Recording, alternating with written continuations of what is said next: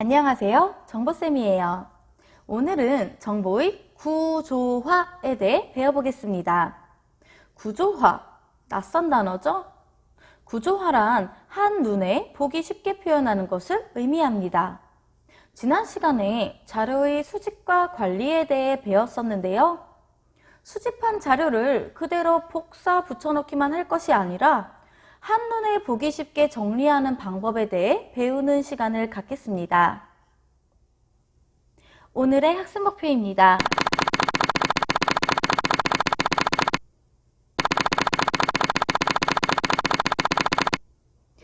실생활 정보를 목적에 따라 가장 효과적인 구조화 형태를 선택해서 구조화하여 표현해 보도록 하겠습니다. 정보의 구조화란 무엇일까요? 정보의 구조화란 정보를 효율적으로 처리하고 관리하기 위해 자료를 정리하고 재배치하는 것을 의미합니다. 즉, 정보를 이해하기 쉽게 분류하고 조직하고 재배열하는 과정으로 정보를 구조화하면 정보를 쉽게 이해하고 내용을 빠르게 전달할 수 있습니다. 정보를 구조화하는 방법에는 많은 방법이 있는데 대표적으로는 표, 계층 구조, 다이어그램 등을 이용하여 표현할 수 있습니다.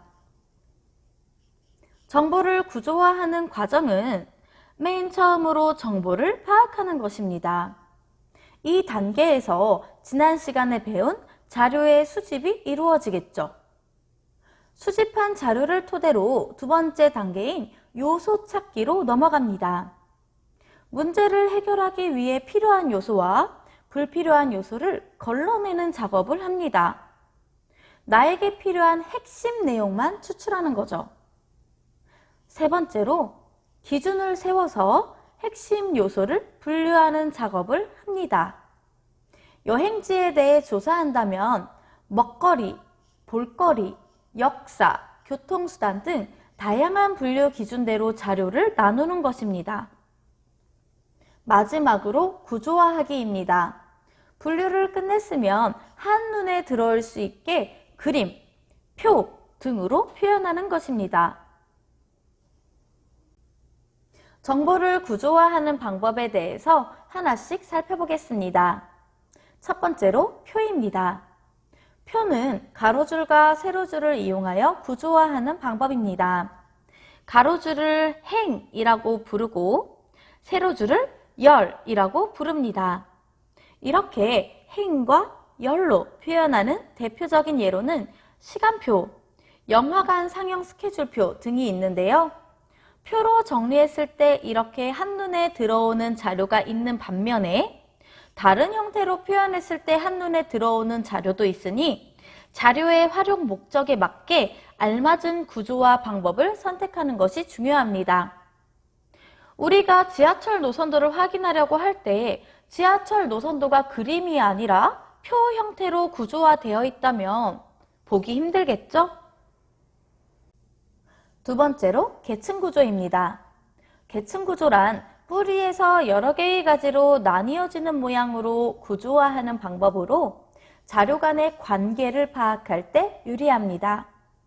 가족 관계도를 보면 할머니, 할아버지 사이에서 아빠와 고모가 태어났고 두 분이 결혼하셔서 사촌 형제들과 나와 내 형제들을 낳은 것을 한눈에 알 수 있습니다.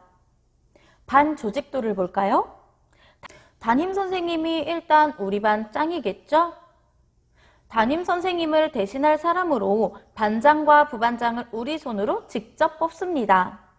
우리들은 반장과 부반장 말을 잘 들어야겠죠. 이렇게 계층 구조를 이용하면 자료 사이의 관계를 한눈에 알 수 있습니다. 마지막으로 다이어그램입니다. 기호, 점, 선 등을 사용해서 시각적으로 구조화하는 방법인데요. 아래 예시들을 보면 표나 계층 구조처럼 일정한 틀이 정해져 있지 않죠? 하나씩 살펴봅시다. 지하철 노선도를 보면 그림으로 표현되어 있는데요. 이 그림처럼 연결선으로 표현하는 구조를 그래프라고 부릅니다. 다이어그램 중에 하나로 그래프가 있는 거죠.